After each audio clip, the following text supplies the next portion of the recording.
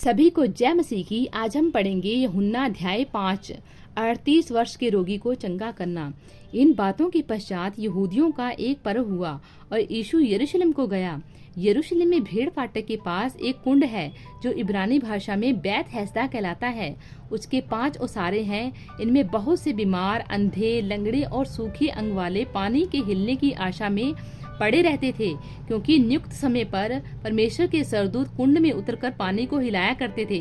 पानी हिलते ही जो कोई पहले उतरता वह चंगा हो जाता था, चाहे उसकी कोई भी बीमारी क्यों ना हो। वहाँ एक मनुष्य था जो 38 वर्ष से बीमारी में पड़ा था। यीशु ने उसे पड़ा हुआ देखकर और यह जानकर कि वह बहुत दिनों से इस दशा में पड़ा है, उससे पूछा, क्या तू चंगा होना चाहता है? उस बीमार ने उसको उत्तर दिया, हे प्रभु, मेरे पास कोई मनुष्य नहीं कि जब पानी हिलाया जाए तो मुझे कुंड में उतारे, परंतु मेरे पहुँचते पहुँचते दूसरा मुझसे पहले उतर जाता है। यीशु ने उससे कहा, उठ, अपनी खाट उठा और चल फिर। वह मनुष्य तुरंत चंगा हो गया और अपनी खाट उठाकर चलने फिरने लगा।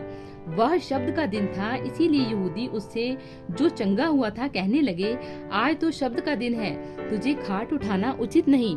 उसने उन्हें उत्तर दिया, जिसने मुझे चंगा किया उसी ने मुझसे कहा, अपनी खाट उठा और चल फिर।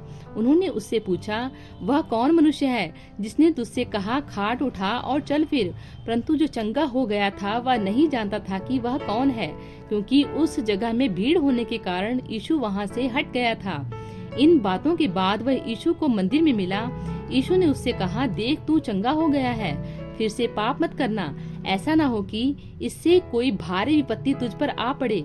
उस मनुष्य ने जाकर यहूदियों से कह दिया कि जिसने मुझे चंगा किया वह यीशु है।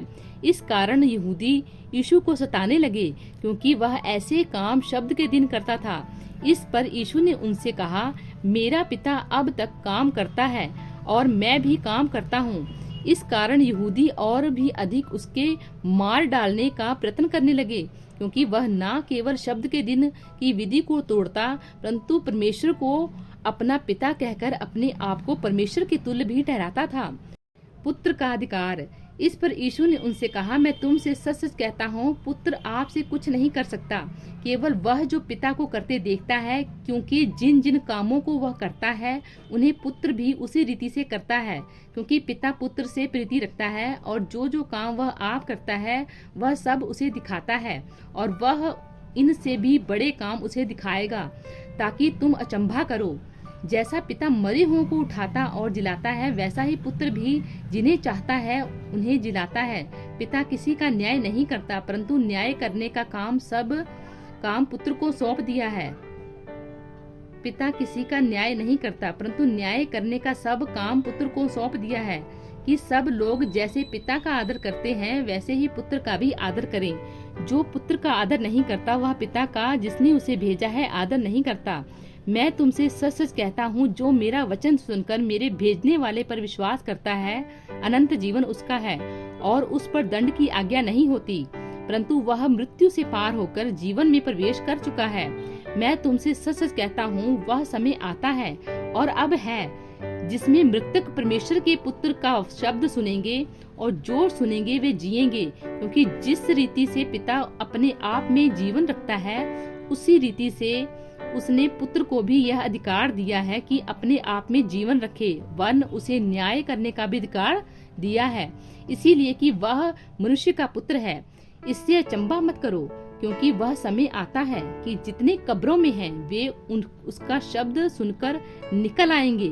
जिन्होंने भलाई की है वे जीवन के पुनरुत्थान के लिए जी उठेंगे, और जिन्होंने बुराई की है वे दंड के पुनरुत्थान के लिए जी उठेंगे। यीशु के संबंध में गवाही। मैं अपने आप से कुछ नहीं कर सकता, जैसा सुनता हूँ वैसा न्याय करता हूँ, और मेरा न्याय सच्चा है, क्योंकि मैं अपनी इच्छा नहीं परंतु अपने भेजने वाले की इच्छा चाहता हूँ। यदि मैं आप ही अपनी गवाही दूं तो मेरी गवाही सच्ची नहीं। एक और है जो मेरी गवाही देता है, और मैं जानता हूँ कि मेरी जो गवाही वह देता है वह सच्ची है। तुमने यूहन्ना से पूछवाया और उसने सच्चाई की गवाही दी है, परंतु मैं अपने विषय में मनुष्य की गवाही नहीं चाहता। तो भी मैं ये बातें इसलिए कहता हूँ कि तुम्हें उद्धार मिले।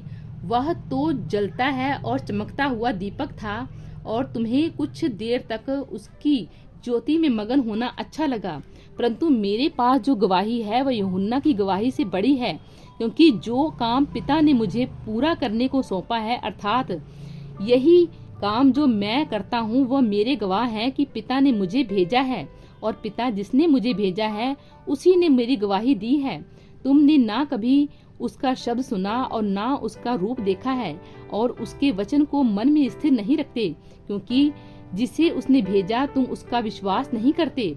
तुम पवित्र शास्त्र में ढूंढते हो, क्योंकि समझते हो कि उसमें अनंत जीवन तुम्हें मिलता है, और यह वही है जो मेरी गवाही देता है। फिर भी तुम जीवन पाने के लिए मेरे पास आना नहीं चाहते। मैं मनुष्यों से आदर नहीं चाहता, परंतु मैं तुम्हें जानता हूँ कि तुम में परमेश्वर का प्रेम नहीं। मैं अपने पिता के नाम से आया हूँ और तुम मुझे ग्रहण नहीं करते। यदि अन्य कोई अपने ही नाम से आए तो उसे ग्रहण कर लोगे। तुम जो एक दूसरे से आदर चाहते हो, वह आदर जो एकमात्र परमेश्वर की ओर से है नहीं चाहते। कि किस प्रकार विश्वास कर सकते हो, यह ना समझो कि मैं पिता के सामने तुम पर दोष लगाऊंगा। तुम पर दोष लगाने वाला तो मूसा है, जिस पर तुमने भरोसा रखा है। क्योंकि यदि तुम मूसा का विश्वास करते हो तो मेरा भी विश्वास करते, इसीलिए कि उसने मेरे विषय में लिखा है। परंतु यदि तुम उसकी लिखी हुई बातों पर विश्वास नहीं करते तो मेरी बातों पर कैसे विश्वास करोगे। प्रभु इन वचनों द्वारा आपको बहुतायत से आशीष दे। आमीन।